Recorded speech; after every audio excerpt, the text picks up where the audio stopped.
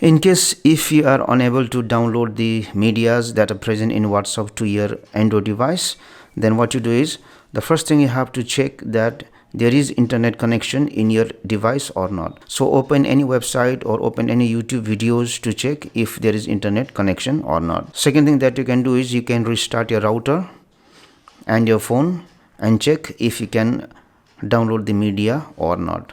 Now the third thing that you have to do is you have to make sure that the date and time which is in your Android device is correct.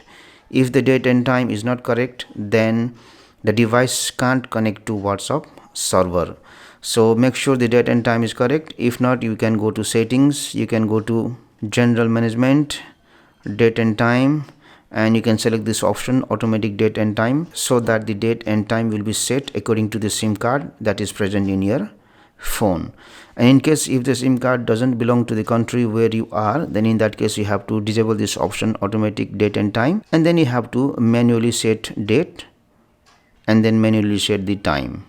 So once the date and time is correct, check if you can download the media or not. Now the other thing that you have to make sure is you have to make sure that there is space left in your device. If there is no space, then the media cannot be downloaded. So we will go to settings, we will go to device care, and we will go to storage. This will show you how much of space is left in your device.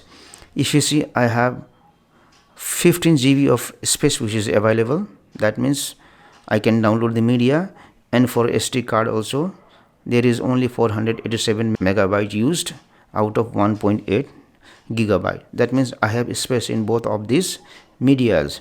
If you don't have space, you can check from here which is taking up more space, and then you can delete and make space in your device. Hopefully this will fix the issue.